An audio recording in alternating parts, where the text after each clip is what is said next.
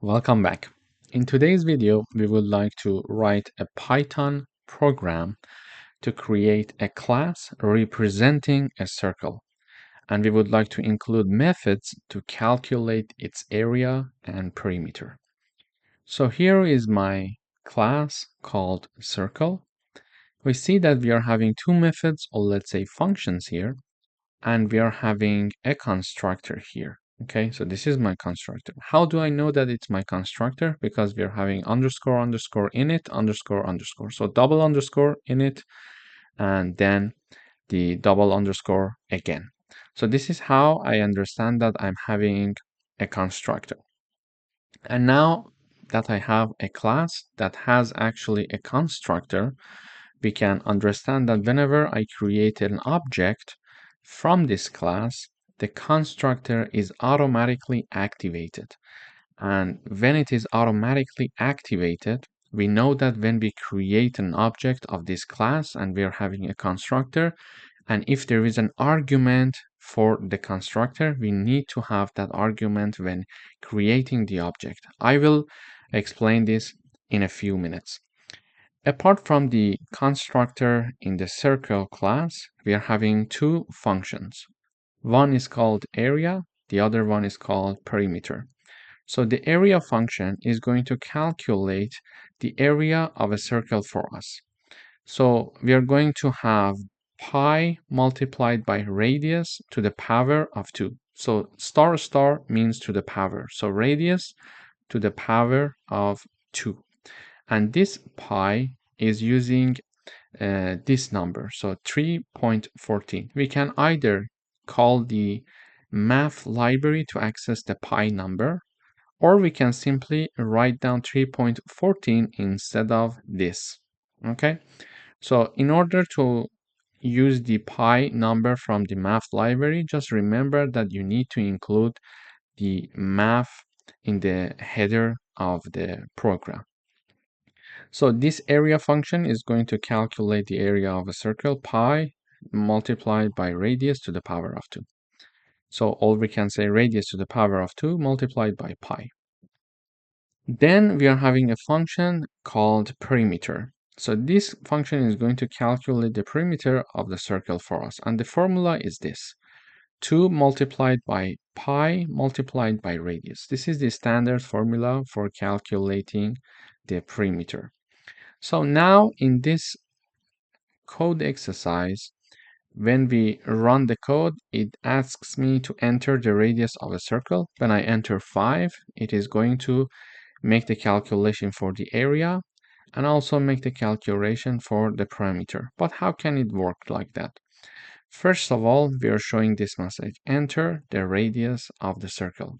So exactly this message: enter the radius of the circle. So we are making an interactive program with the user. We are asking the user, okay, enter the radius that you want to have for your circle. Then I'm going to calculate the area and the perimeter for it.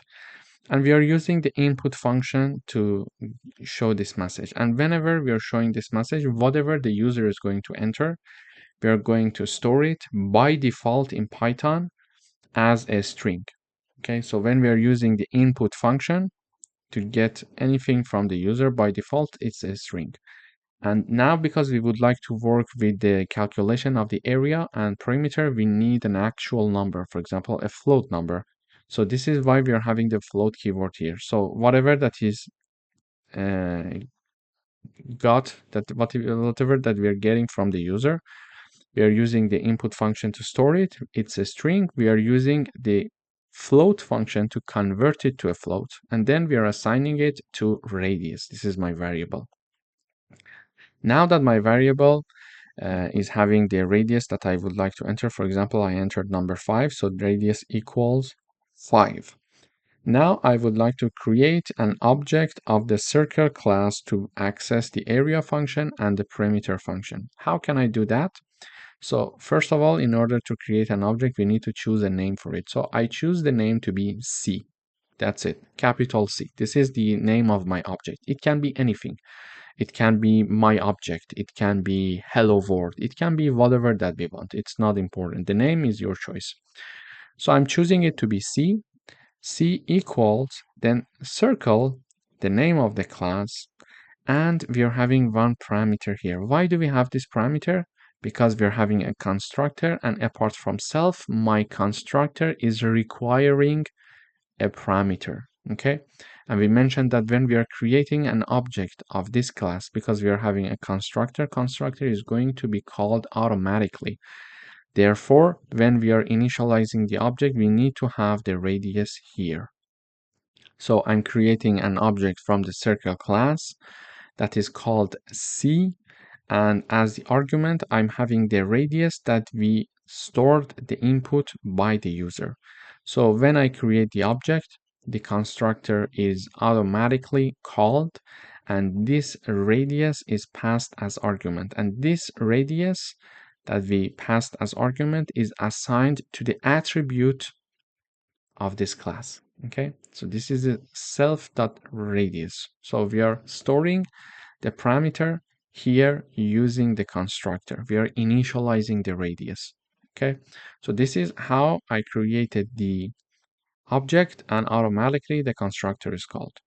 Then, in order to call the area and perimeter function to do the calculation for us, now we are having the radius. I can use the object C from this class, because through the object of the class circle, I am able to access the area function and perimeter function. Why? Because this is an object of the circle class, so give me access to all the functions in this class. And you see that in area and perimeter functions, we have no arguments apart from self, so I don't need any argument to call these two functions. So I use the print function to print the output. Simply, I write down the area, so the area, this message. Then I use the object C, then I put a dot, and I call the name of the function, which is area. So basically, it's like that, C dot, the name of the function, which is area, and that's it.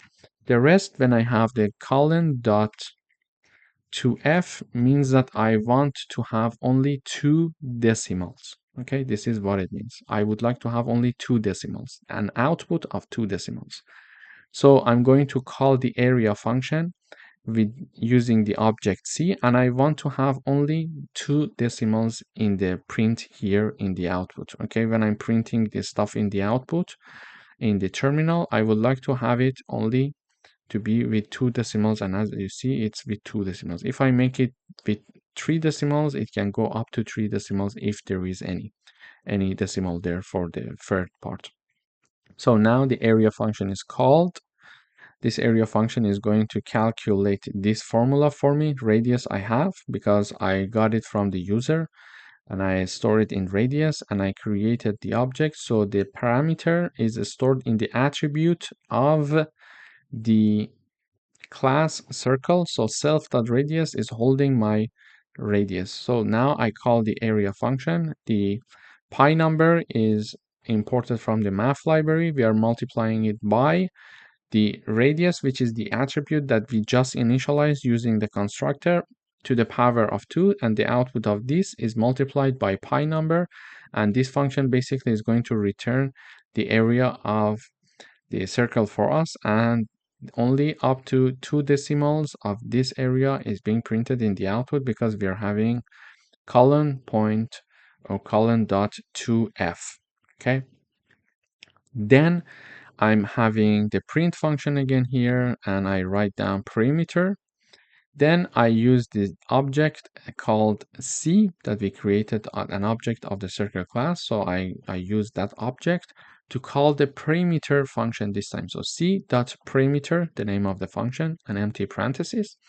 So this function is called, I'm calculating 2 multiplied by the pi number, multiplied by the radius that we stored using the constructor. Okay, we passed this parameter to the constructor, and this was assigned to self.radius, and self.radius is being used here.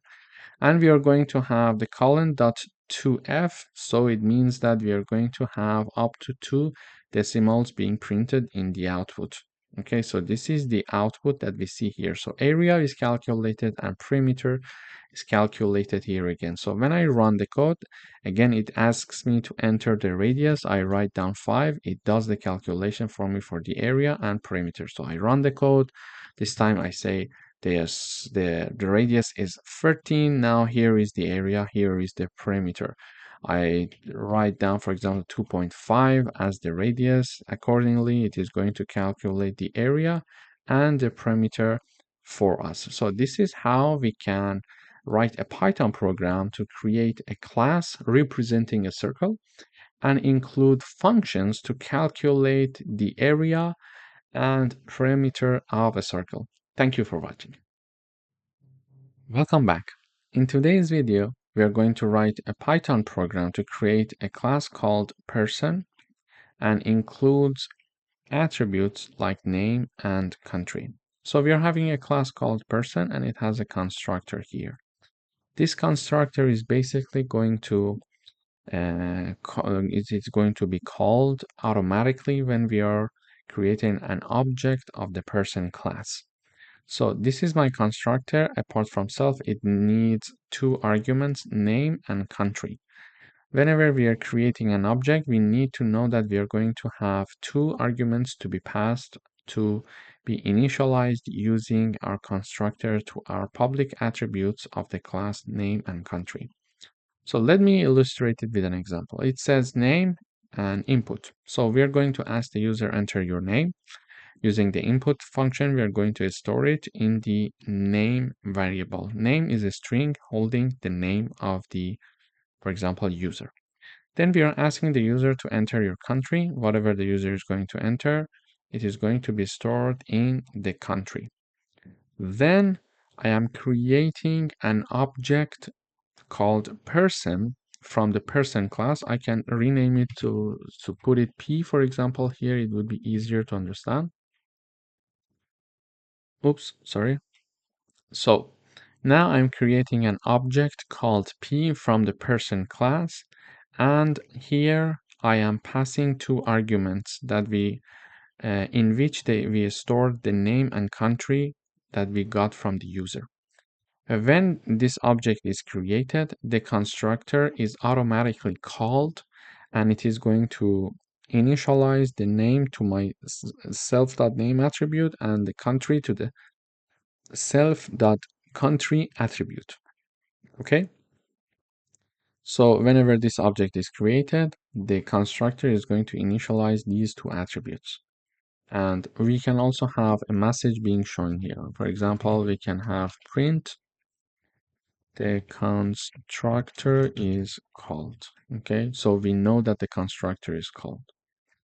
Then after having the object, we can use the object to access the attributes that we stored in the person class. How? So I use the object, which is p dot name, the name of the variable, and dot then another name of variable, which is country, to access the information that we stored here using the constructor. So when I run the code, it says enter your name.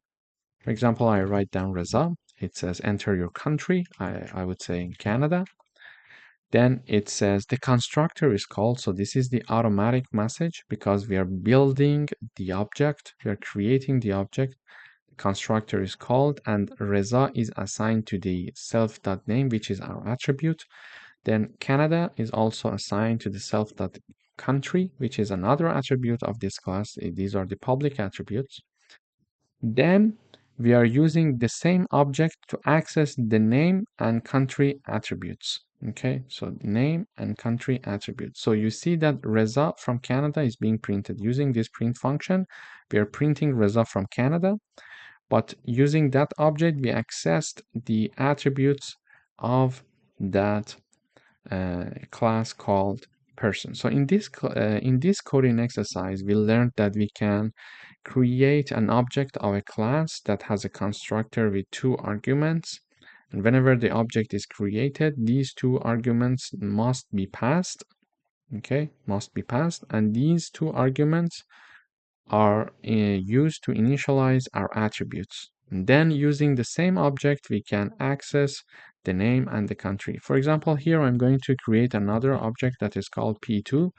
I'm saying person, then name, and for example, I would say name and country, but this time I would like to get another name. So name is now Shaheen, for example. It is Shaheen. And country is, for example, United States of America. So it's USA. Okay. So this is now I call it name 2 and country 2. So name 2 and country 2. So now that I use these two parameters, when I use these two parameters to pass as arguments when creating the second object, the constructor is again called. This time it is initializing this name and this country. So Shaheen, USA. So Shaheen is assigned to the attribute of the class. USA is assigned to the attribute of the class. Then this print is being printed out in the output. This message, the constructor is called. And then I can have this being here, for example. This time I would like to have P2, name2, P2, and country2. So when I run the code, it says enter your name. I would say Reza. Enter your country. This is Canada, for example. And here we are having an error. So what is the error that we are having here, for example? Here it says, okay, so here there was a problem because I was writing down the name of my parameter, not the attributes of the class. Okay, here we should write down the attribute of the class, which is name, and then the attribute of the class, which is here country, and not country2 and name2. Name2 and country2 were the parameter that we used here. So we see in the output, it says the constructor is called Shaheen from USA. So let me go through it one more time from the beginning. We are having a class called person. We are having a constructor with two arguments. So whenever we create an object of this class, the constructor is automatically called and two arguments must be passed. These two arguments are assigned to the attributes of our class. And this message is being printed. The constructor is called. Then we are asking the user to enter your name, enter your country. These two are information that we get from the user, and we're going to store them in variable called name and variable called country. Then we create an object of the person class. This is the first object, and pass the name and country. Why we pass them? Because we have a constructor, it requires two arguments. And then the name and the country is assigned to the attributes of the class. Okay, and this message is shown, constructor is called. Then we access, using the object that we just created, we can access the name and the country that we just stored information in that. Okay, and here we are printing the information. So we see that it says enter your name, this message, enter your country. So I say Reza, Canada, and it says the constructor is called because we are creating an object passing these two arguments.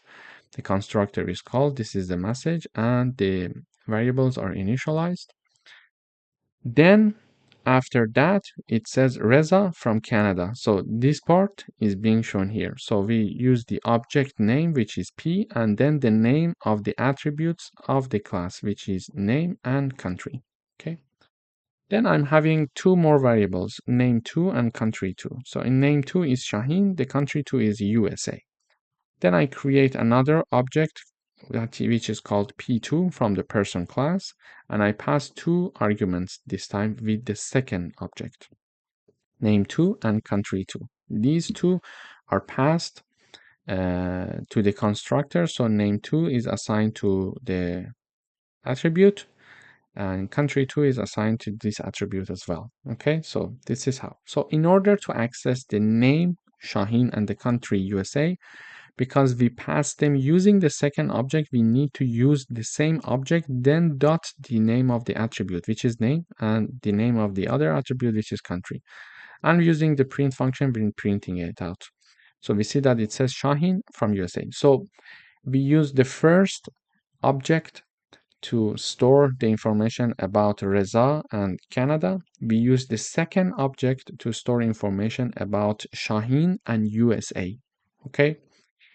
So whenever I would like to have access to Shaheen and USA, I need to use my second object. Whenever I would like to have access to Reza and Canada, I must use the first object. Okay, because using that object, we store the information in the attributes of the class. I need to always keep that in mind that if you want to access to the Reza Canada, you must use the first object because you used the first object to initialize them through the constructor. This is the important point of this coding exercise.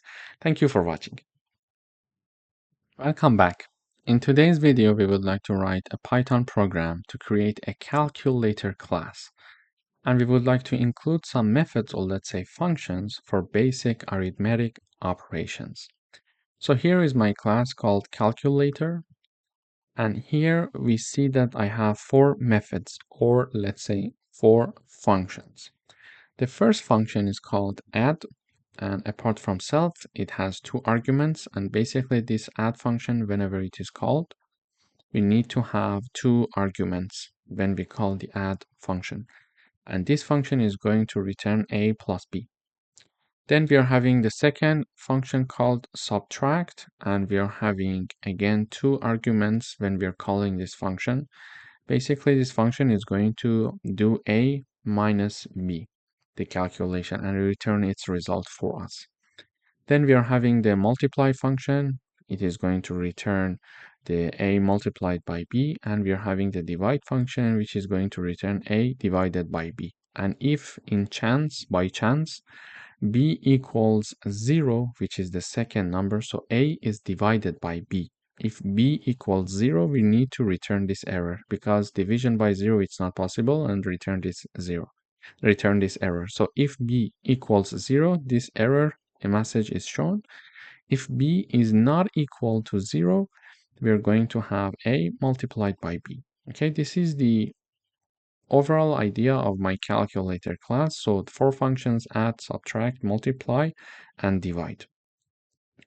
Then we are here creating an object called cal from the calculator class. And because we have no constructor, we have no argument also in parentheses while creating the object. So this is the object that I create from the calculator class. And using this object, I should be able to access these functions. Okay. Now I'm having 2 variables here. Variable 1, which is called num1, is assigned number 10. And variable 2, which is called num2, and it is assigned number 2. So this is the overview of what's happening here. Now I would like to use the object cal to access different functions like add, subtract, multiply, and divide from the calculator class. In order to do that, here I'm having the print function. I'm printing this message, for example, addition, subtraction, multiplication, and division. Okay. Then I use this cal object to access the add function, the subtract function, multiply function, and divide function. And you see that in parentheses, I am passing 2 arguments. Why? Because we needed 2 arguments, a and b, for calling these functions. So whenever I call one of these functions, I must have 2 arguments. And these 2 arguments are num1 and num2, So I use the cal object to call different functions of that class, and every time I'm passing num1 and num2 as the arguments for these functions. So first of all, we're calling the add function with 10 and 2, which is num1 and 2. So basically it is going to return 10 plus 2. So addition 10 plus 2 is 12 is printed. Then we are having the subtract here, num1 and num2. So 10 minus 2, which is a, is 10, b is 2. Why? Because num1 is 10 and num2, the second argument is 2. So here the first argument is a and the second argument is b apart from self. So 10 minus 2, the output is subtraction, is 8. Then we are having the multiply function, which is called here with 10 and 2. So it will be 10 multiplied by 2. It will be 20. And finally, we are having the division, which is here a multiplied by b, and 10 multiplied by 2 is 5. So this class calculator is having some relevant functions inside of it. And then using an object created from the calculator class, we can access different functions of that class and call them using different arguments and variables. So for example, if I change the number from 2 to 0, we should have an error for the divide part. Let me run the code. You see, we have 10 by 0, the addition is 10, the subtraction is 10, because 10 minus 0, it's 10, 10 plus 10, 10 plus 0, it's 10. Multiplication, 10 multiplied by 0, so it's 0. Then we are having the division, so there is an error here, error, division by 0. Why? Because 10 cannot be multiplied by 0. And why this message is shown? Because the second argument, apart from self, the second argument, which is b equals 0, and here we are checking if b equals 0, return this error message, error, division by 0. So this is why this is happening there. And also, for example, if I write down 20 and here I write down, for example, 10, we can have the new results here. You see 30, 10, 200, and 2. So 200 comes from the 20 multiplied by 10. Basically, in this video, we learned that we can create a class, and inside that class, we can have the relevant functions. And we are calling these functions using the object that we created from the class. Thank you for watching. Welcome back. In today's video, we would like to write a Python program to create a class that represents a shape. And it includes methods to calculate its area and perimeter. And we are going to implement subclasses for different shapes like a circle, triangle, and a square. So here, first of all, we are importing the math library because we are going to use it when calculating the area of a circle, because we need the pi number 3.14. We can simply write down 3.14 here, or we can use the pi from the math library. So we import the math library first of all. Then we are having a class called shape. Here I'm having two functions, area and perimeter. Then we are having a class called circle, which is based on the shape class, so it inherits from the shape class. It has a constructor, so whenever we are creating an object of the circle class, the constructor will automatically activated and called, and we need to pass one argument when we are creating an object of this class. And basically, this constructor is going to initialize my attribute of the class, which is self/radius. Then, continuing with the circle class, we are having a function called area, and we are having the pi multiplied by radius to the power of 2. So radius to the power of 2 is multiplied by pi number to calculate the area of a circle for us. Then we are having another function called perimeter, and this function is going to calculate the perimeter of a circle for us based on the radius that we are going to give to the compiler when calling this function. And basically in the perimeter function, we are having this formula 2 multiplied by pi multiplied by radius. The radius is the number that we are passing as argument when creating an object of the circle class. So the constructor will be automatically called, and that number is assigned to our attribute of the class. So we see that that is used here, multiplied by pi multiplied by 2. We are going to have some numerical examples to have a better understanding of this. Then we are having a class called square, In this class, we are having a constructor again, and whenever we are creating an object of this class, we see that the constructor will be automatically called, and we need to have one argument when creating an object of this class because the constructor requires one argument, or let's say parameter, apart from self. So we are having that parameter being initialized to our attribute of the class. And also here we are having two functions, the area and perimeter. So the area is going to be the side to the power of 2. So side we decided when creating an object of the square class, side to the power of 2. This is the formula of the area of a square. And then for the parameter, we are having 4 multiplied by side. This is the formula also for the perimeter of a square. Then we are having another class called triangle. It also inherits from shape class. Square was also inheriting from the shape class.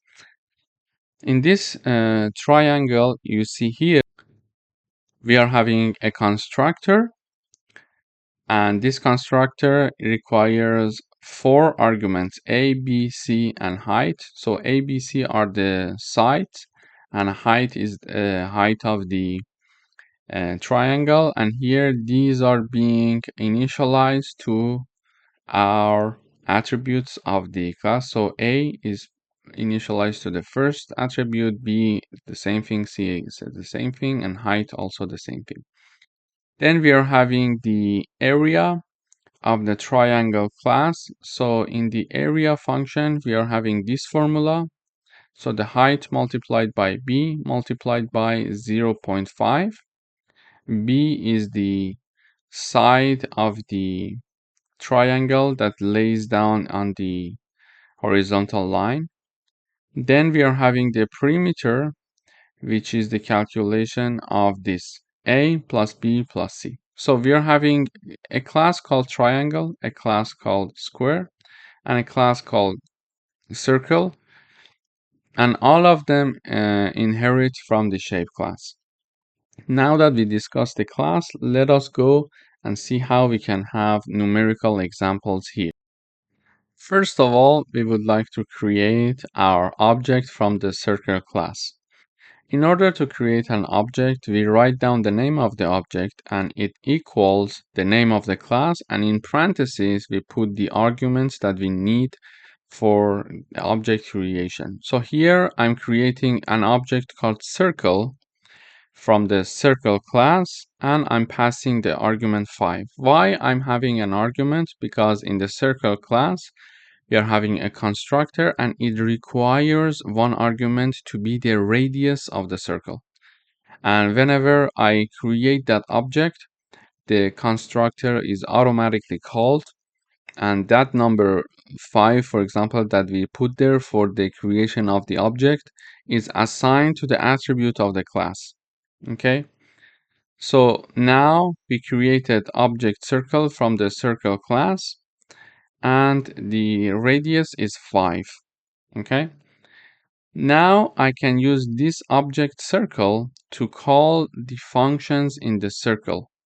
Okay, let me change the name of the object. Maybe instead of circle I could have C, so it's easier to understand. So the name of my object is C from the circle class, and the radius is 5. So whenever this object is created, number 5 is assigned to the self.radius attribute of the circle class. Now using this object, I can call the area function and the perimeter function that we have in the circle class. So this is the circle class, this is the area, and this is the perimeter function. So c.area is going to call the area function in the circle class because the object is created from the circle class.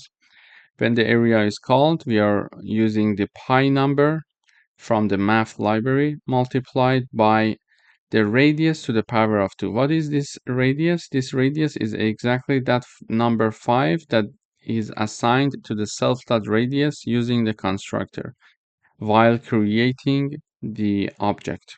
So now the area is calculated we are having the colon.2f to say that, okay, only print up until 2 decimals. Then we are having the perimeter being printed, being called and being calculated, let's say, using the object C dot perimeter. So this perimeter is called 2 multiplied by a pi number being imported from the math library, multiplied by self radius, which is initialized as the class attribute using the constructor when creating the object. So we are printing all of this information. We see the circle, this is the circle, area, and area, these are the messages. And the area is calculated with 2 decimals, you see 78.54, and the perimeter 31.42. So now the circle, area, and perimeter is calculated and we see them in the output. So now we would like to create another object from another class. So now I would call this S also for the sake of simplicity. So we see that we are creating an object called S from the square class and passing the argument 4. This is the square class. We are having one argument as the side, and side is assigned to the self.side attribute of this class. Then using the same object, we are calling the area function and the perimeter function. So the area function is going to calculate self to the power of 2, self side to the power of 2, and the perimeter is going to calculate 4 multiplied by self side. Okay, so this is the square being calculated here. So the square with the side 4, the area is calculated, the perimeter is calculated, and we see it in the output. So area is 16 and perimeter is also 16. We can have another number here. So for example, we could have 5. So a square with the side 5, its area is 25, its perimeter is 20.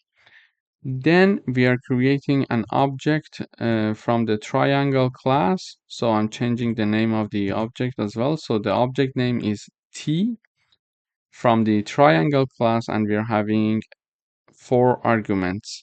So A, B, C, and height. Okay, so when I go to the triangle, we are having a constructor A, B, C, and height. So these are the arguments. The first argument is assigned to self.a, the second one to self.b, etc. until the end.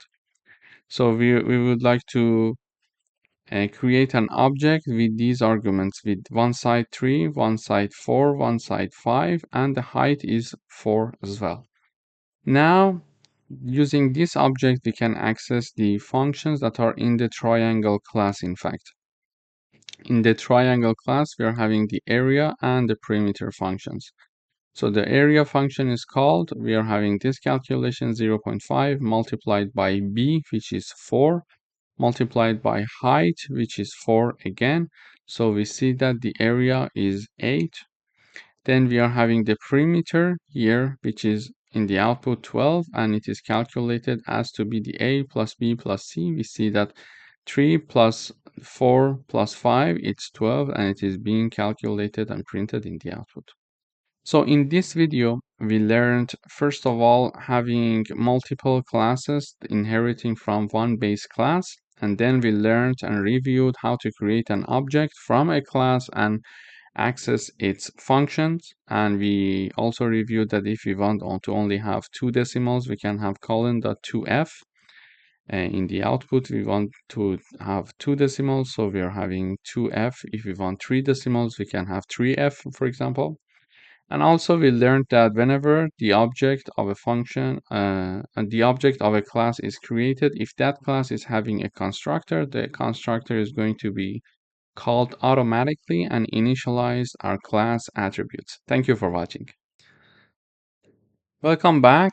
In today's video, we would like to write a program that defines a base class with a private attribute and provides a method to access it in a derived class using getter and setter methods. So here we are having a base class, a class called base. Here we are having a constructor, so whenever we are creating an object of this class, the value that we use for the object creation, the parameter, or let's say the argument, is assigned to our private attributes. So how do we know that it's a private attribute? Because we're having double underscores. Okay, when we are having double underscores for our attribute, it means that it's a private attribute. And the name is private attribute, but we could name it whatever we want. So whenever we are creating an object of this class called base, the constructor is automatically called, and that argument that is used for the creation of the object is assigned to our private attribute. Then in this class, we are having a function called getPrivateAttribute, or simply we call it getter function. This function is going to simply return the value of our private attribute. Okay, so when we are having a private attribute, it's important to use a getter function to access its value and use a setter function to modify its value. So this is my getter function to access the value of the private attribute, and here is my setter function by which I can update the value of my private attribute. So whenever the setter function is called, we need to pass one argument, and that argument is assigned to my private attribute. Then this was my base class. I have a class called derived, and it is derived actually from the base class, so it inherits from the base class, and it has only two functions. So the first function called show private attribute, and whenever this function is called, this message is shown private attribute value, and whenever this function is called, this message is shown, and then the get private attribute function is called, and this function was supposed to simply return the private attribute value for us. So this function, whenever it is called, this message first of all is shown. Then following by this message, it is going to call the get private attribute function, which is from the base class, and that function was supposed to give us the value for the private attribute of the base class. Okay, and whenever this function update private attribute is called, it is required to have one argument or parameter whenever we are calling this, and basically this function is going to call the set private attribute function with one argument, which is here, and assign the new value for our private attribute. Okay, so let me illustrate all of this using a numerical example. So here you see that I am creating an object from the derived class. So the object is called D. I'm creating an object from the derived class and passing number 10 as the argument. And whenever that I am passing this number 10 here, we are having the object of the derived class, and we are having one argument as 10, and whenever we are having the number 10 here, because it is derived from the base class, this constructor is called number 10, which is the parameter passed when creating the object, is here. So this is the value here, and it is assigned to my private attribute. Okay, let me review it one more time. So first of all, I'm creating an object from the derived class and passing the argument 10, because we are having an argument 10 and we don't have any constructor here. Therefore, this constructor is called, and the value 10 is assigned to the private attribute of the base class. Okay, so now my private attribute is having the value of 10. Okay, so we are here. We just finished this line. Then using that same object, I call the show private attribute function. So I can call this function because I create an object of the derived class. So this function is called. Therefore, this message is shown, private attribute value, and then the get private attribute function is called, and it is going to simply return the value for our private attribute, which was 10. Okay, so we see in the output private attribute value is 10. Okay, so private attribute value, colon. Then instead of here, we are having the number 10 being printed. Why? Because this function is called and this function is returning the value for the private attribute, which was 10. So 10 is being printed in the output. And how was it possible to have number 10 there? Because we just create an object and we passed number 10 ourselves. Then we use the same object to update to call the update private attribute function. So this function is called and number 20 is passed as argument because this function requires an argument. So number 10 is passed as argument to call the update private attribute function. Then in this function, we are calling this function again. We are calling the set underscore private underscore attribute function and passing the number 20 as the parameter.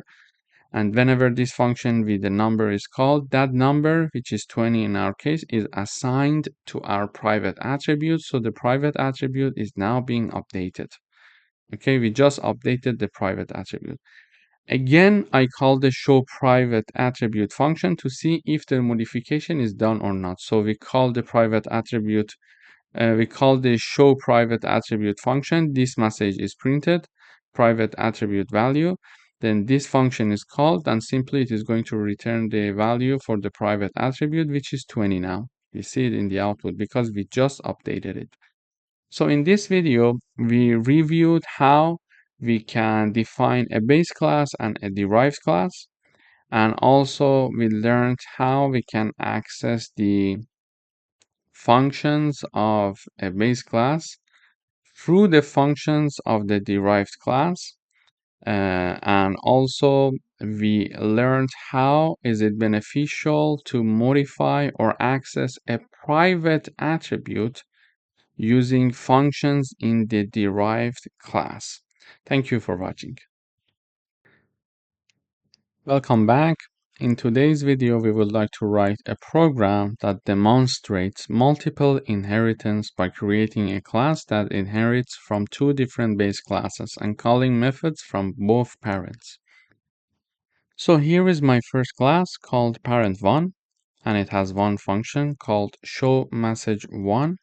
Whenever this function is called, we are having this print message from parent1, okay?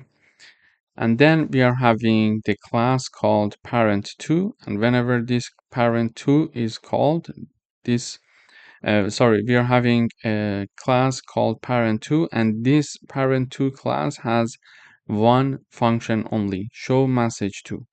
And whenever this function is called, we are having this message being printed in the output, message from parent2. So these are two parent classes, parent1 and parent2. Then we are having a class called child inheriting from parent1 and parent2, so inheriting from both parents. Then in this child class, I'm having one function that is called show all messages. And in this function, whenever this function is called, the show message 1, which is a function from parent 1, and show message 2, which is a function from parent 2, is called. So therefore, whenever this function is called, we expect to see the output of the show message 1. So show message 1 is called, and this print is shown message from parent 1. Then show message 2 is called, and this print is in the output message from parent 2. Okay, now we are creating an object from the child class, and the object name is C. And using that object, I try to access the show all messages function that is inside the child class. So when I run this code, we see that we are having message from parent 1, message from parent 2 is being shown in the output. Basically, we created an object from the child class, and using the same object, I called a function inside the child class, okay? And using that function, we were having access to the message1 and message2 functions. Why? Because the child class was inheriting from these two classes. So if it was not having any inheritance from them, when I run the code, you see that we are having an error because it's not possible for a class to have access to another class functions if they are not having any relationship with them, between them, or with them. So this child class can only access the parent classes show message1 and show message2 only if it inherits from them. So when I run the code now, we see that the output again is working. Thank you for watching. Welcome back. In today's video, we would like to write a program that defines a base class with a method and a subclass that extends the functionality of that method instead of completely overriding it. So here is my class called base. It has a function called showMessage, and it is printing this message whenever this showMessage function is called, message from base class. Okay. Then we are having a class called subclass that is derived from the base class, or let's say that inherits from the base class. In this subclass, we are having a function called showMessage again, but we are using the super function to access the show message function from the base class. Okay, so super dot show message, it is going to call the base class function show message. Then we are printing extend message from the subclass. So whenever this function is called, it not only calls the show message function from the base class, but also completes its function and do some further work. Here we are just printing this message. We can do some further work. So whenever the show message function in the subclass is called through the super function, it is going to call the show message function from the base class. Therefore, this message is shown message from the base class, and whenever the execution of this line is finished, it is going to go to this line saying that print extended message from the subclass. So this is how we can have the use of super function to call the show message from the base class. So this was the explanation. So let me create an object. So now I am creating an object from the subclass. Okay, so using that object, I'm calling the show message function, which is inside the subclass. Okay, when I run the code, first of all, we see this message from the base class. We see that this message is being shown, and then this message is being shown, extended message from subclass. Okay, extended message from subclass. So in this video, we learned that if we want to not completely override a function from the base class, we use the super function to call that show message function from the base class, and then we can continue performing whatever we would like to do. For example, we can have the print here, we can have some mathematical operations in the show message function here, etc. So we learned how to use the super function. Thank you for watching. Welcome back.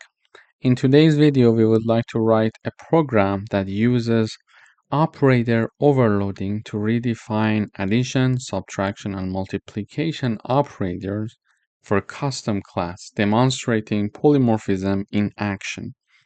So here is my class. It is called point. It has a constructor and it requires two arguments. So whenever an object of this class is created, the constructor is called automatically, and it is going to initialize our two attributes self.x and self.y. Then we are having the overload of addition operator here, and here it is going to basically have the x plus x and y plus y. So the first one is self.x plus other.x, self.y, and other.y. Basically, the addition operator, so when we are overloading in two objects, for example, we are having two objects and we would like to create the third object using the first two objects. And each object is having an x coordinate and a y coordinate. You're going to add their x and their y. I'm going to give you a numerical example so it will be more tangible. Then we are having the subtraction overload when we are having the x minus x and y minus y. We are having the multiplication x multiplied by x and y multiplied by y. Then we are having an str overload here that defines the string representation of the for the prints when we are using the objects. So let me illustrate it with an example. Here we are having two objects being created. So the first one is P1, the second one is P2. The first one is having the points 2 and 3. So the x is 2 and 3 is y for the object P1. Okay. Then for object P2, we are having the x that is 4 and the y that is 5. Now that I'm creating the P1 object, its x and y, 2 and 3, are initialized to be attributes of the point class. Then we are having the P2, which is an object of the point class here, and it's the x and y that P2 represents. So 4 and 5 are initialized to be attributes of the point class when using the P2 object. Okay. Now I would like to create a third object using the information of the P1 object and P2 object. In order to do that, I have the object called P add, and it is equal to P1 plus P2. When it is equal to P1 plus P2, the addition overloading operator is called, and basically it is going to calculate the x and y. But how is it going to calculate? So the p underscore add needs to have a x coordinate value and a y coordinate value. Okay. In order to calculate that, the x of P1 and x is added to the x of P2. Y of P1 is added to the y of P2. Okay. So here exactly the same thing is happening. In the add overloading operator, we are having the x self.x plus other.x, okay, then self.y plus other.y. So it is going to add the x of P1 and P2 and y of P1 and P2. They are going to be calculated, and therefore the P add is going to have one x and y. Okay, so this x is calculated based on the x of P1 plus P2, and this y is calculated based on the y of P1 and P2. So we can do it only because we are using the overloading operator here. Otherwise, if I comment this part, we're going to have errors because otherwise it's not possible to add two objects to create a third object. Okay, so now that I run the code also, we see that here, for example, for p underscore add, we are having the x and y 6 and 8. 6 is 2 plus 4, which is 6, and 3 plus 5, which is 8. Okay, we did the calculation for addition. For the subtraction, we are having P1 minus P2. Again, the same thing is going to happen. The 2 is going to be subtracted from 4 and 3 is going to be subtracted from 5 using the subtract overloading operator.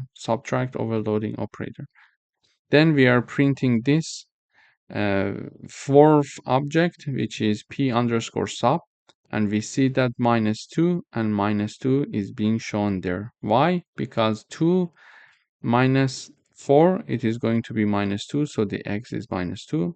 Then 3 minus 5, it is going to be -2, so -2 is being printed in the output there. Then we are having the another object, which is for the multiplication, p underscore mul, and basically it is going to have p1 multiplied by p2. So the 2 is multiplied by 4, their x is multiplied, and 3 is multiplied by 5, and their y is being multiplied. So now this calculation is done using this mul operator, and we see that, for example, x multiplied by x and y multiplied by y. Okay, so it's a coordinate wise multiplication, and also it's a coordinate wise subtraction, coordinate wise addition. Okay, so this multiplication is also calculated. So 2 multiplied by 4, it's 8, and 3 multiplied by 5, it's 15. Okay, and it is exactly what we expected here. So in this video, first of all, we learned how to use the operator overloading. We created two objects that are P1 and P2 from the point class, and each of them was having x coordinate and y coordinate. Okay, so P1 was having 2 and 3, P2 was having 4 and 5. And then we created the third object using the addition operator, and that was going to help us to have the x's being added to each other and y's to be added to each other. So 2 plus 4, it's 6, and 3 plus 5, it's 8, and this is assigned to p underscore add, and here we printed it out and we see that 6 and 8 is being there. Then we were having the subtraction, which was having the subtraction of p1 from p2. So 2 minus 4, it's -2. 3 minus 5, it's -2, is being printed in the output because we were having this line. And finally, we did the multiplication of p1 and p2. So 2 multiplied by 4, it's 8. 3 multiplied by 5, it's 15. And we are using this line to print the multiplication in this object p underscore mul. Thank you for watching. Welcome back. In today's video, we would like to write a Python program to create a counter of the letters in a string Python exercise. So here is my string. It is assigned to a variable called text. So text is a string which holds the Python exercise string. Okay, so now I would like to count the number of letters in this string. For example, I would like to know P how many times is being repeated, Y how many times it is being repeated, T, H, O, and etc. E, for example, here, etc. So in order to do that, first of all, I import the counter from the collections. Then I use the counter function, and in parentheses, I write down the name of my string, which is text. And it is assigned to a new variable called letter counts.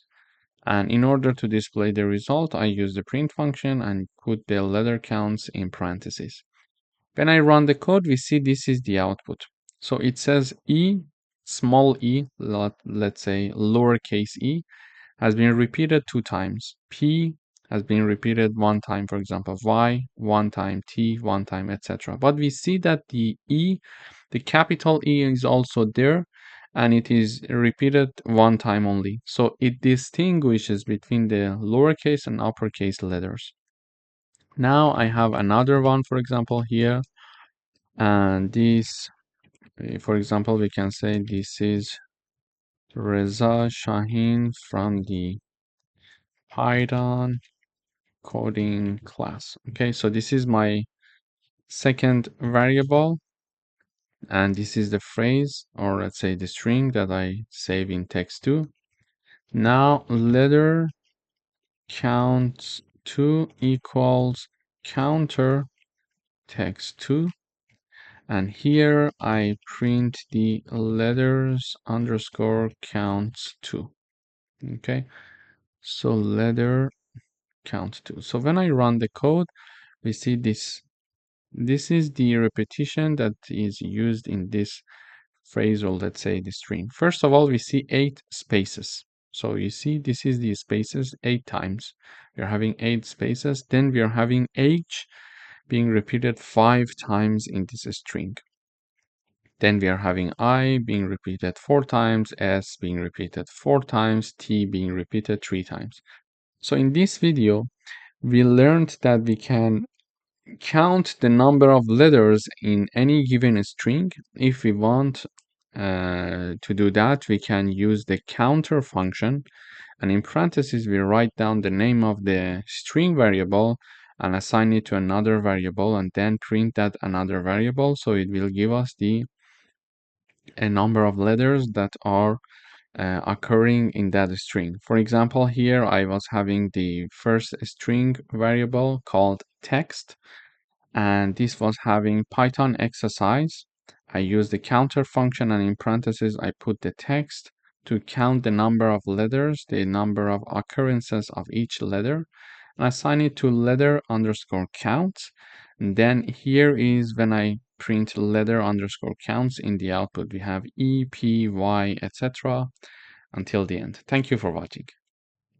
Welcome back.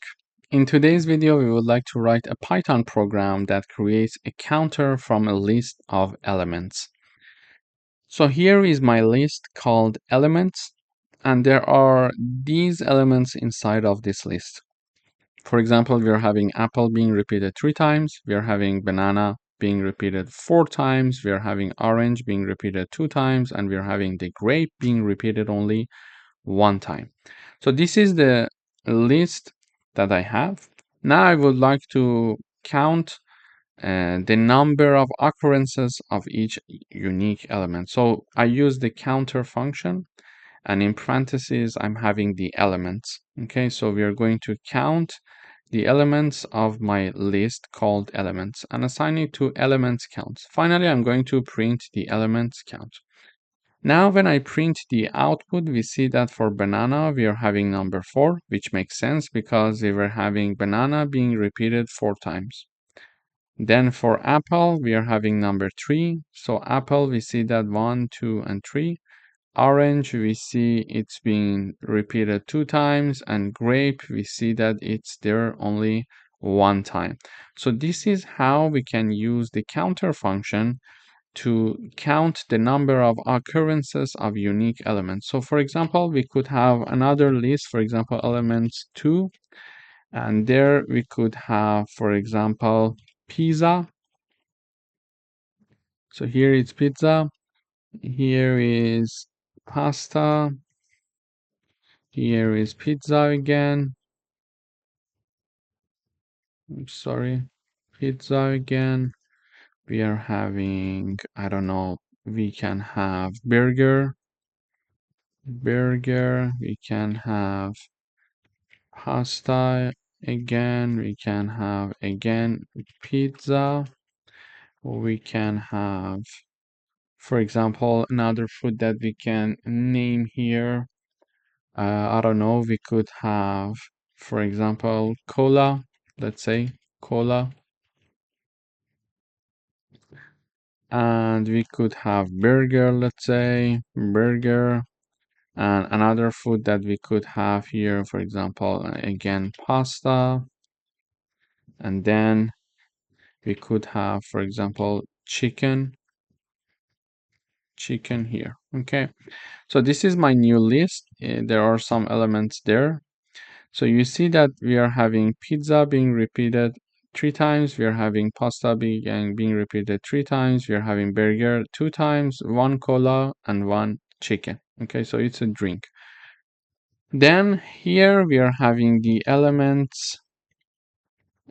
counter 2, and we are using the counter function to count the number of occurrences of each unique element and assign it to elements count 2 and print it in the output. So we see that it says pizza is being repeated 3 times, pasta is being repeated 3 times, burger is being repeated 2 times. We are having one cola and one chicken. So this is basically how we can use the counter function to help us count the number of unique elements in a list, for example, or in a string, etc. Thank you for watching.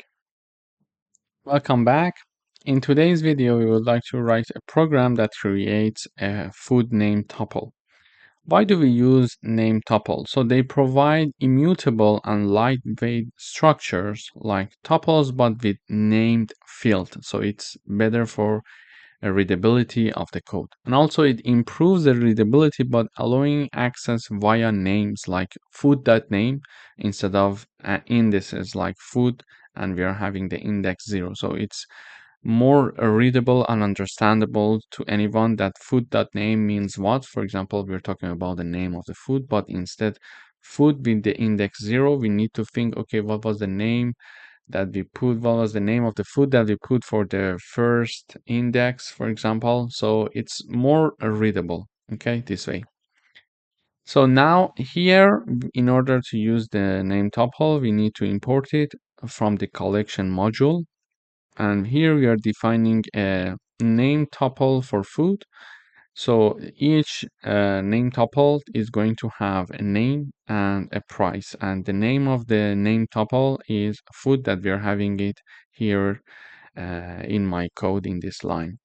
And this is the keyword for name tuple. So whenever we want to create a name tuple, we need to use this keyword. Then we are going to create a dictionary with food names as keys and food name tuple as values. Okay. So here the name is burger, for example. The name is pizza, pasta, salad, and sushi. And we see that different prices are there. So different prices. For burger, we are having the price 5.99. For pizza, we are having the price 8.99. For pasta, we are having the price 7.49. Again, for salad, we are having the price, and for sushi also, we are having the price here. So this is a name tuple that we are having here. So the food names are the keys and the prices are the values that we are seeing it here, okay? So here we created the name tuple with names and prices, and here we are creating a dictionary with different food names here with their corresponding prices. Then we are having a for loop. So we are iterating through the food menu dictionary. In order to iterate through food menu dictionary, we know that in dictionaries we are having key value pairs. So food menu dot items will help us, the items function will help us to go through that dictionary with the key value pair. So food name is going to take the name, which is the key, and food info is going to iterate through the values. So food name is going to iterate through the keys, which are burger, pizza, pasta, salad, and sushi, and food info is going to iterate over the prices. So 5.99, 8.99, etc. until 12.99. So this is the iteration. So for example, in the first iteration, we are going to have the key equals to burger, and here we see that value equals to 5.99. So it means that in the first iteration, food name equals the burger and food info equals $5.99. Okay. Then in the second iteration, instead of having the key, I'm going to write down food underscore name.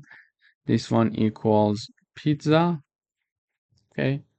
And instead of value, I'm going to write down food info because they are our iterating variable. So, and food info is $8.99. In the third iteration, we are having again the food name. This time it is pasta. And then the food info equals 7.49. Fourth iteration, we have the food name equals sushi. Then food info equals $12.99. Okay, so this is what happens in different iteration here. So in the first iteration, we are having the burger, then we are having the pizza, then we are having the pasta, then we are, okay, I missed the salad. So the fourth iteration is salad. This is the fifth iteration for sushi. Yeah. So fifth iteration, fourth iteration, food name equals salad, and then the food info equals 4.99. So the fourth iteration, this is a salad and its price, and then sushi and its price. So we learned here that we are iterating through the food menu dictionary using the items, meaning that we are going to go through the key value pairs, and this is the iterating variable for keys, food name, for example, pizza, pasta, salad, sushi, burger, and food info, which is the value that is for $5.99, $8.99, $7, etc. until the end. So when I run the code in the output, we see exactly what we estimated here. In the iteration, in each iteration, we are printing the food name and its price with a dollar sign. For example, it's $5.99. So we see that in the first one, we are having the burger, then pizza, pasta, salad, and sushi exactly as we expected. So this is how we can have the access to the names and also to the prices. And it's very good that we are using the name tuple because we are having the, for example, food.name. Instead of having the index 0, meaning that, okay, we need to remember the name of the food is stored in the index 0. And when you're having like hundreds of lines of code, it's very hard to remember which dictionary or list was having the food name, for example, in which index, etc. So it will become very complex. Thank you for watching. Welcome back. In today's video, we would like to write a Python program that defines a named tuple with fields like name, age, and marks. And for the marks, we would like to have a list of subjects and marks. So here we see that we are having a class called student, which inherits from named tuple. So in Python, when defining a class that inherits from named tuple, the class itself acts as a structure immutable tuple. For example, writing a class student here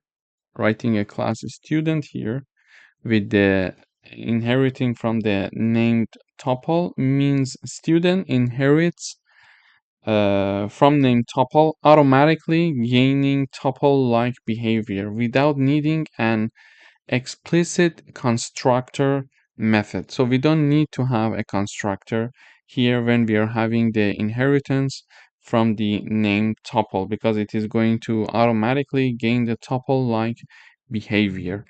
So here is my class. I have the name, age, and marks.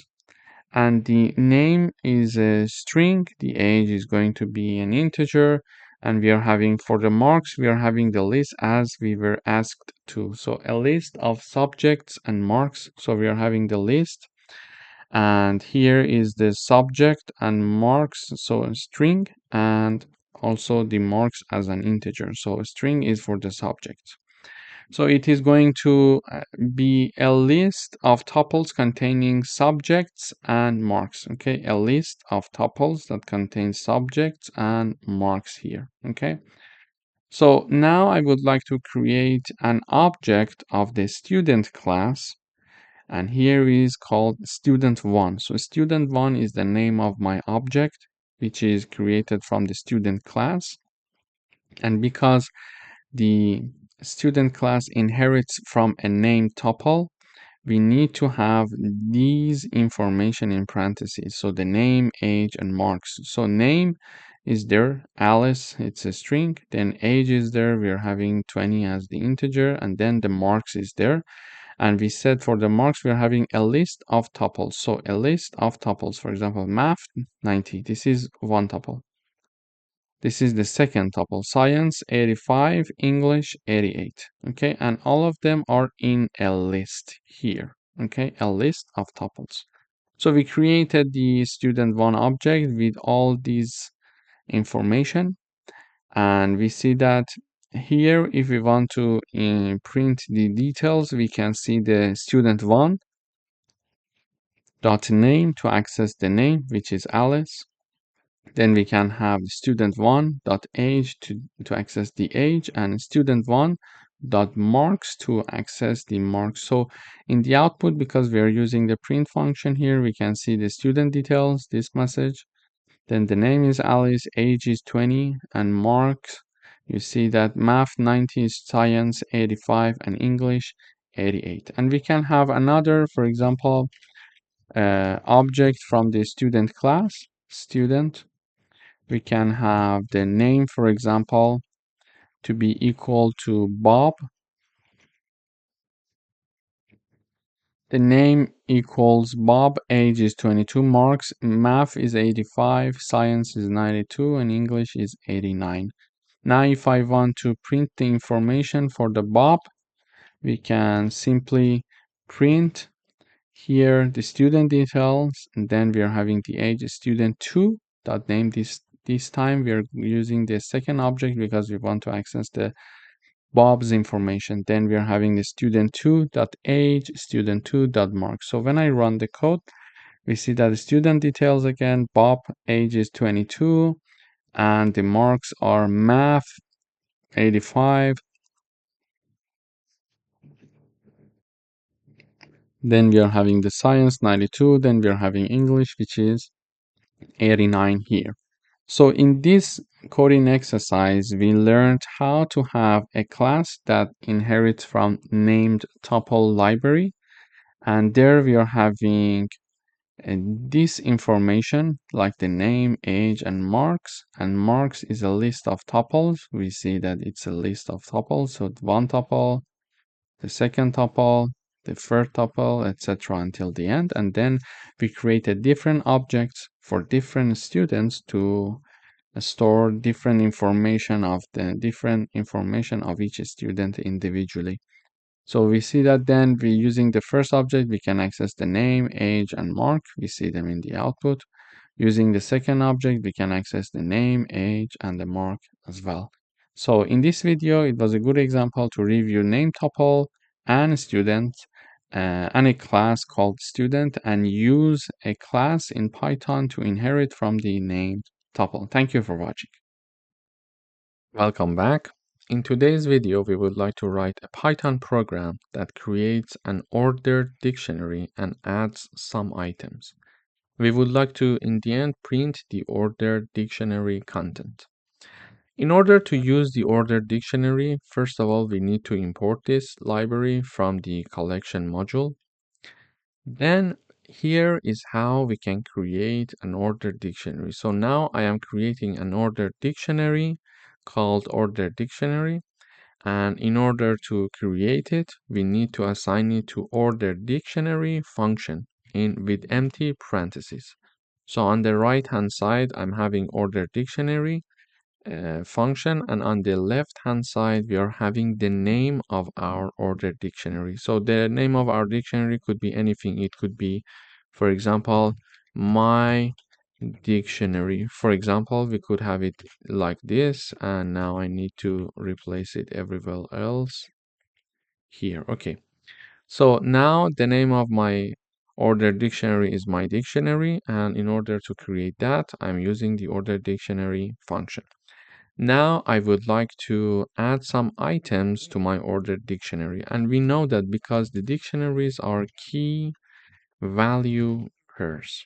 Okay, so whatever we are going to have in our dictionary, it is going to be like the key and then the value. Okay, another key, another value, etc. Okay, so now if I want to add items to my ordered dictionary, we should have the key and its associated value. Now, in order to add a new item, I'm writing down the name of the item, the name of my dictionary, sorry. So my dictionary is the name of the dictionary, then the name of the item. On the right hand side, we write down the name of the value. So here now I am adding apple. So apple, and we are having number 3 as its associated value. Okay, so this is apple is the key and 3 is its value. So we are having the key apple and value 3 being added to the ordered dictionary called my dictionary. Then we are having this line, so we are having the banana here, and we are having number 5 being added to it. Then we are having another key called cherry, and its value is number 2. Then we are having the date, and its value is 7. So we see that we are adding these keys with their associated values to my dictionary. Okay, so this is my ordered dictionary after doing all of these addition that we did here. So here we learned how we can add keys and the associated value to my dictionary, which is an ordered dictionary. Okay, so now if we want to print the content of my dictionary, I show this message saying that ordered dictionary content, and this is it. Then because we are having a dictionary which has key value pairs, we are going to have 2 iterating variables. So the variable key is going to iterate over the keys, which are apple, banana, cherry, and date. Then the value, which is another iterating variable, is the variable that iterates through the values 3, 5, 2, and 7. Okay, so the key is going to iterate over the names here, and the value is going to iterate over the values. So for each key and value in my dictionary, because we are using the key value per iteration, we use the items function to make it possible to have the key value pairs iteration.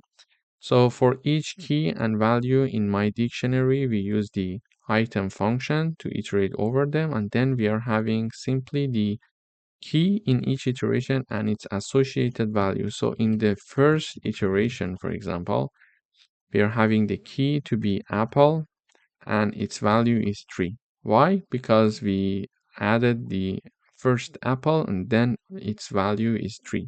Okay, so this is what we added. Then we are having the second iteration. Then we are having banana and number 5. Okay, in the third iteration, we are having cherry and number 2. In the fourth iteration, we are having date and number 7. Meaning that, for example, we are going to have 3 apples, 5 bananas, 2 cherries, and 7 dates. Okay. So, and we know that in ordered dictionary, it can, when we have an ordered dictionary, it can remember the order in which we inserted the data. and the keys and the values. This is why when we are inserting first apple, apple is the first key in our order dictionary, and its associated value is 3. Then we inserted banana, so banana is the second key with its associated value in our order dictionary. So we see the order dictionary in the output here as well. So in this video, we learned how we can create an order dictionary, insert items with their associated value to our order dictionary, and also we learned how we can iterate through an order dictionary for the key value pairs. Also, we reviewed that we know when we are working with order dictionary, they are going to remember the order in which we insert the key value pairs. Thank you for watching. Welcome back. In today's video, we would like to write a Python program that assesses an item in the order dictionary by its key. And we would like to check if a specific item exists in the order dictionary as well or not. So first of all, we're going to import the order dictionary from the collection module. Then here is the creation of my order dictionary. So we are having an order dictionary called order dictionary. And we can change the name for the sake of simplicity. We can say, for example, ordered dictionary 2, for example, just for the sake of simplicity. And we can give it any name that we want. It's not an issue. So I create an order dictionary using the order dictionary function, and the name of my order dictionary is order dictionary 2. Then it has certain keys with associated value. For example, we're having apple with the value 3, we're having banana with the value 5, we're having cherry for the with its value which is 2, and we're having the date with its value which is 7. So 4 keys and the associated value. Then in order to access an item by key, we can say, for example, we see that banana is already there. We are having a new variable or a string called key to access, and it is assigned to banana. Banana is assigned to this key to access variable. We would like to check to see if this key to access, which is banana, exists in the order dictionary 2 or not. So we write down if key to access in order dictionary, or in other words, we can say if banana exists in our order dictionary. If so, if this statement is true, print this line for me. The value of the key to access, which is banana, the value of banana is, and in order to understand its value, we are going to write down the name of the order dictionary and the name of the key. Okay, so here we are saying that the value of banana, because banana equals key to access, is, then because we want to extract its value, we're going to write down the banana from the order dictionary 2, so it is going to give me its value. So when we see the output, we see the value of banana is 5. So we see that we are having 5 bananas here, and we are accessing it here easily. So we check first of all to see if that key to access, which is banana, is in the order dictionary. If so, we simply the value of banana is, then here we are going to execute it and access its value. So the value of banana in the order dictionary 2 is being printed.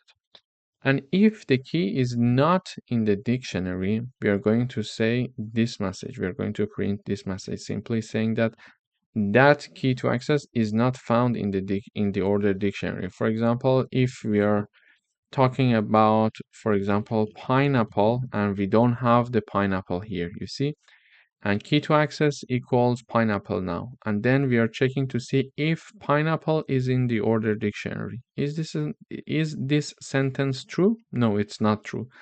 Therefore we go for the else part and we write down pineapple is not found in the order dictionary. So pineapple is not found in the order dictionary. But if there is something that is already there, this statement will become true and this line is executed. Then we would like to check if a specific item exists or not. For example, here we can say this in this line we were trying to check if an item exists. If so, I would like to know its associated value. But here we simply want to just check to see if grape already exists in the order dictionary true or not. So we check here if grape is in the order dictionary too. If this statement is true, we don't have the grape here. But if this statement is true, we are going to print this message saying that grape exists in the order dictionary. Else, we are going to say grape does not exist in the order dictionary. Okay, so we are going to say if grape is in the order dictionary. Is this a statement true? No, it's not true because grape is not there. We are only having apple, banana, cherry, and date. Therefore, this statement is not true. We go to the else part, and here we are going to have this message. The grape does not exist in the ordered dictionary, which is exactly the message that we are having here. Grape does not exist in the ordered dictionary. So this is how we can also check to see if, for example, certain item exists in our order dictionary or not. Then in order to have all the items of the order dictionary to be printed, we can simply use a for loop. So for each key and value in the order dictionary, we're going to use the items function to access an iteration for both keys and values in the order dictionary too. In each iteration, we are going to print the key with its associated value, which is apple and 3, banana and 5, cherry and 2, and date and 7. So in this video, we learned that how we can check if an item exists or not, and if so, how we can have access to its value. Also, we learned that how we can have an iteration over the key value pairs in our order dictionary. And here we see that the key and value in each iteration is being printed. For example, in the first iteration here, key equals apple, and we are having the value equals 3. Okay. So key equals apple, value equals 3. Then we are having key equals banana, its value is 5 in the second iteration, third iteration, and finally the fourth iteration. Thank you for watching. Welcome back. In today's video, we would like to write a Python program that creates two counter objects and find their union, intersection, and difference. So in order to work with the counter, we are going to import the counter from the collection module. Then we are having two counters here being created. So two counter objects are being created here. The first one is called counter1, and it has 3 apples, 6 bananas, and 5 cherries. And in the counter2, we are having 1 apple, 4 bananas, and 2 dates. So this is what we have here.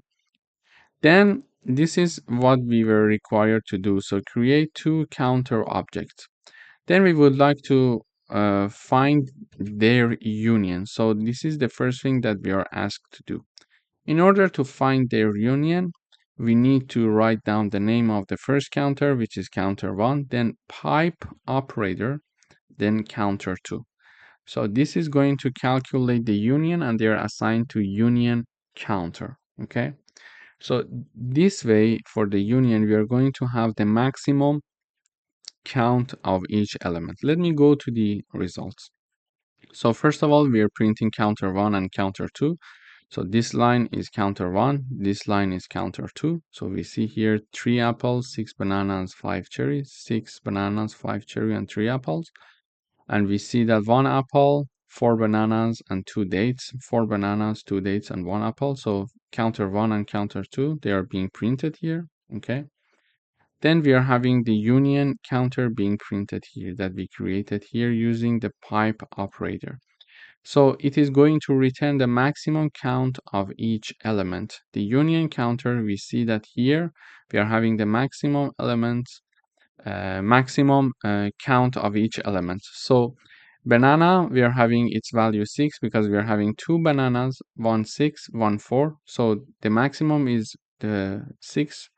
So we are going to report banana 6. Then we are having cherry, which is 5. Then we are having the date, which is 2. And also apple, which is 3. So among all these elements, we're going to report the maximum. Cherry, what is the maximum? We are only having one cherry. I mean that the cherry is only in counter 1, it's not in counter 2, and the maximum is the 5. So we are having 5 cherries. This is why we are reporting it here. Regarding the date, do we have any other dates here in another counter? No, so the maximum number is 2. And with respect to banana, we are having 6 bananas and 4 bananas in counter 1 and counter 2. So we are going to report the 6 bananas, which is from the counter 1 because we report the maximum count of each element. And also with respect to apples, we are having in both counters, we are going to have 3 apples, which is here, and it is coming from the counter 1.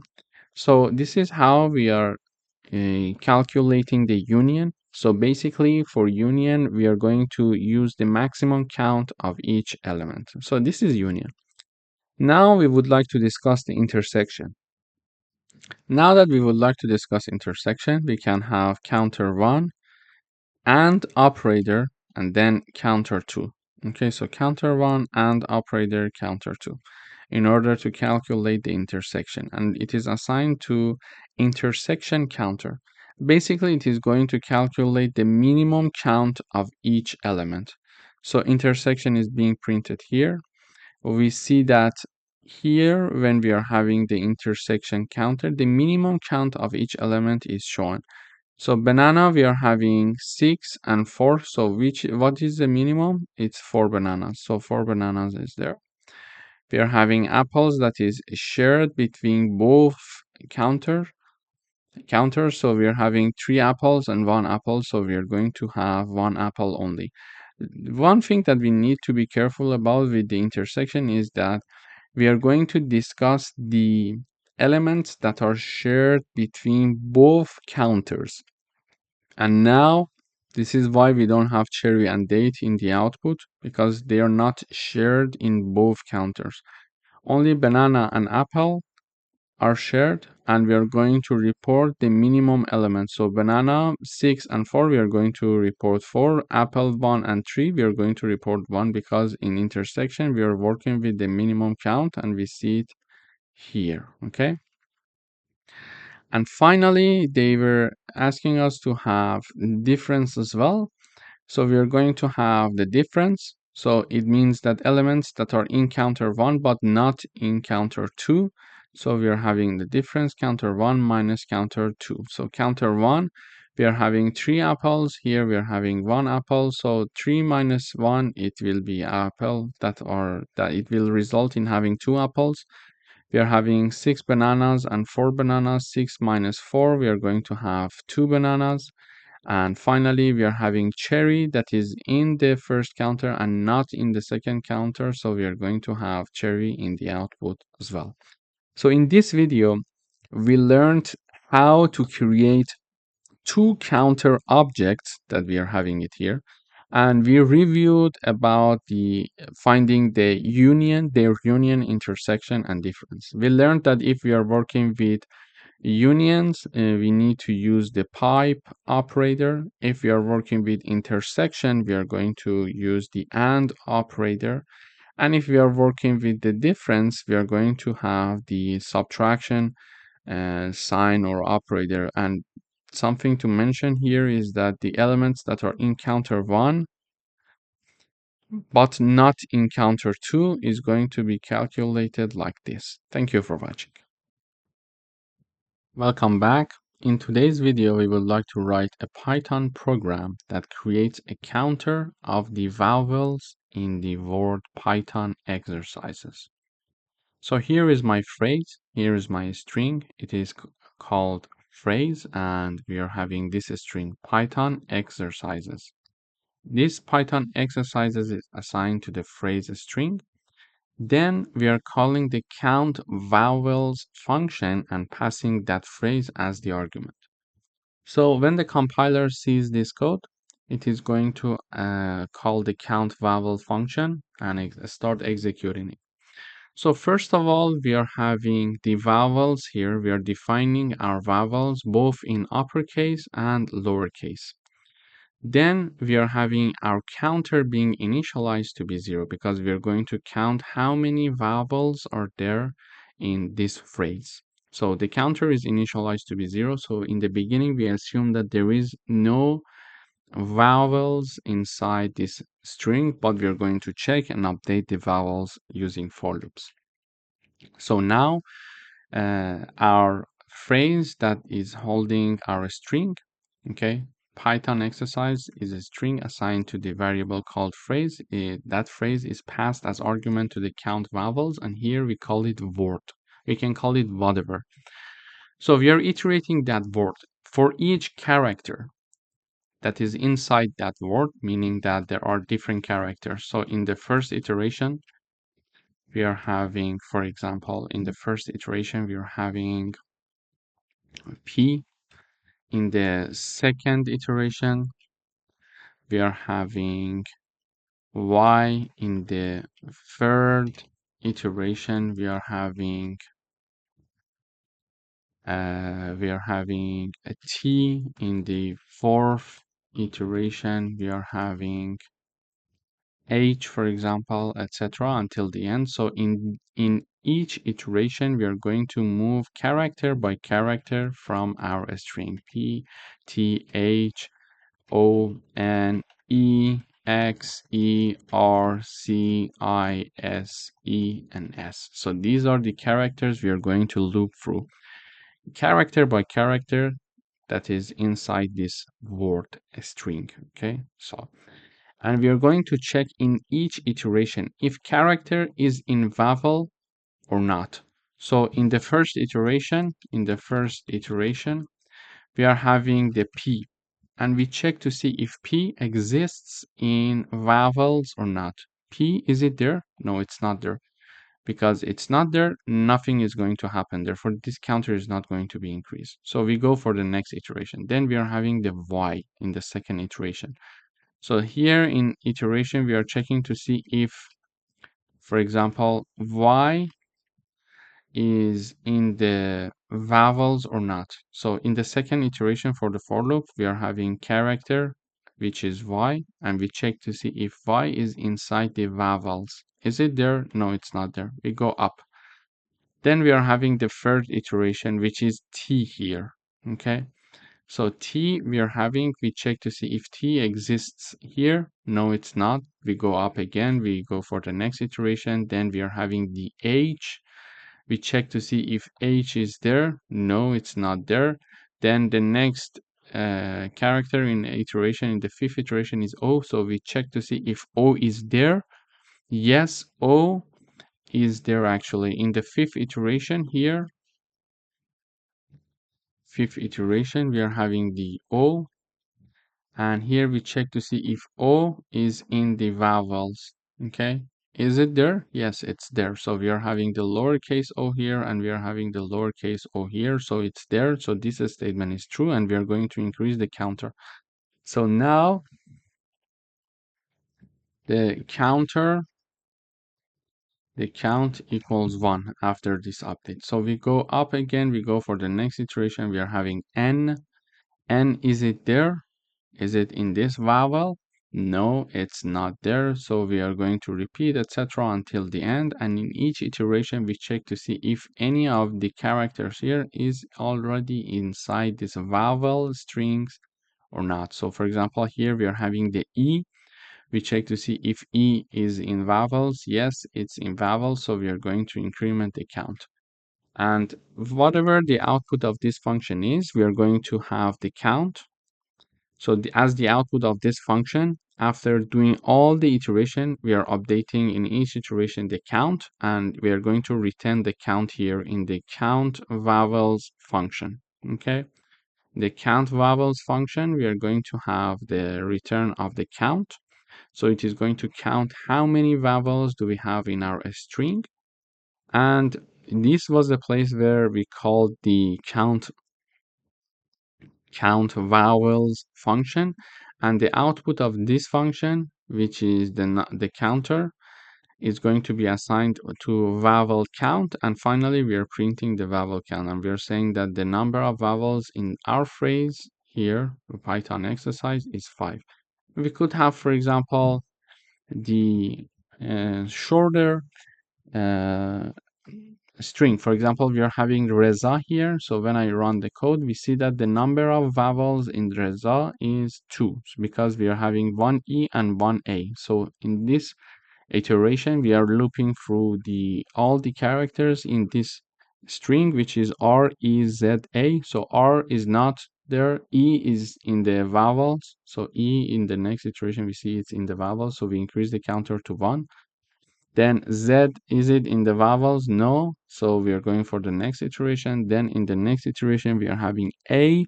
A is already in the vowels, and therefore we are going to increase the counter one more time. So basically this function is work in a way that we are having a string called vowels, and we are having a counter initialized to be 0. We are going to loop through the character of this string. So we are going to character by character, and we check to see if any of the characters in our phrase is inside the vowels string or not. If it's inside there, we are going to increment the counter by 1, meaning that we found one vowel in our string.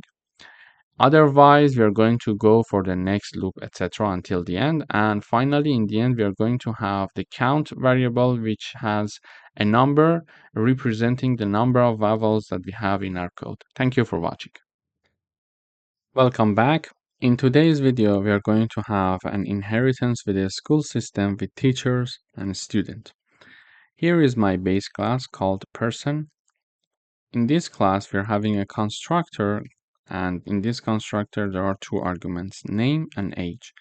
And basically, whenever we are creating an object of the person class, we need to pass 2 arguments, and these 2 arguments are going to be used to be assigned to the attributes of our class, which are self.name and self.age.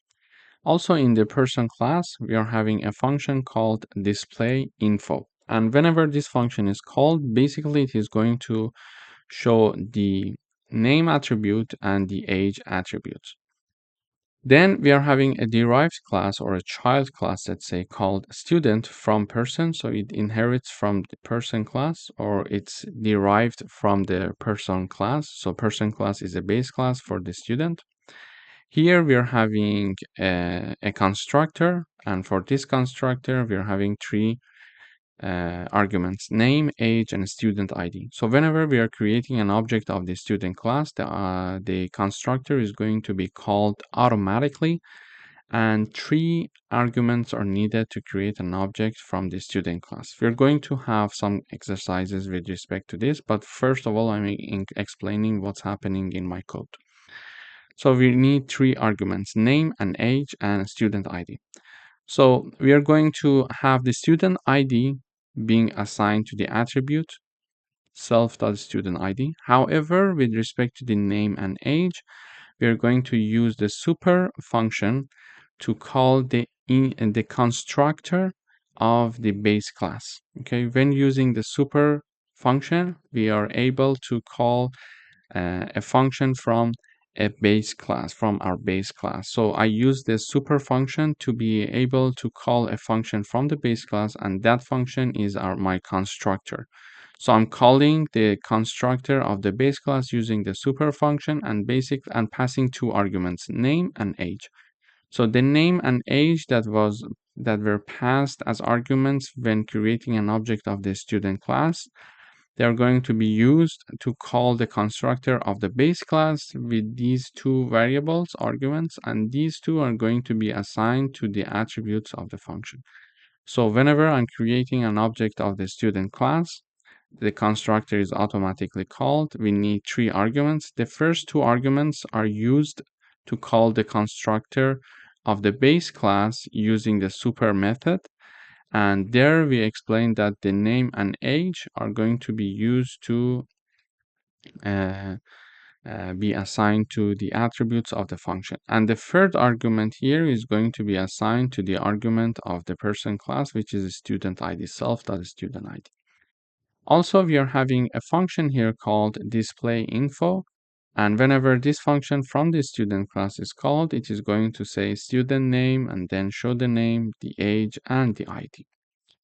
Finally, we are having another derived class called teacher. It inherits from the person base class. And whenever we are creating an object of the teacher class, again, the constructor is called. It needs three arguments, name, age, and subject. Again, name and age, the first two arguments are used to call the constructor of the base class person using the super function.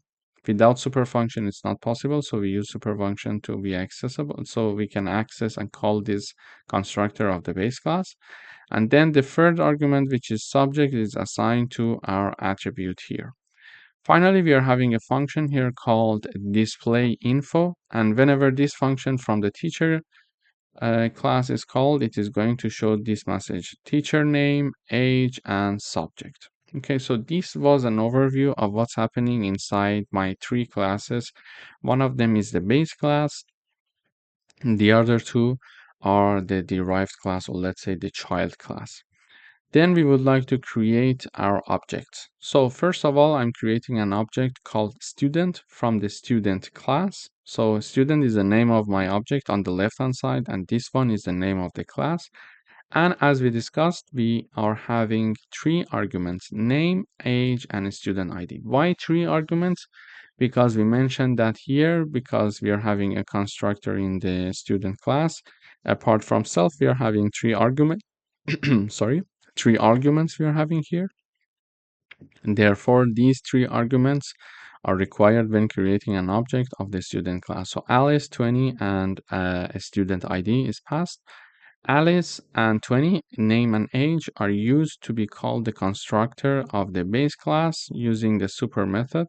And whenever this is called with two arguments, these two arguments are assigned to the attributes of the class. Okay.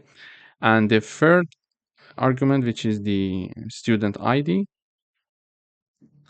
and the student ID, when it is used, so here is the student ID and here is my student class. So a student ID is passed as the third argument and it is assigned to the self.student ID attribute of the class.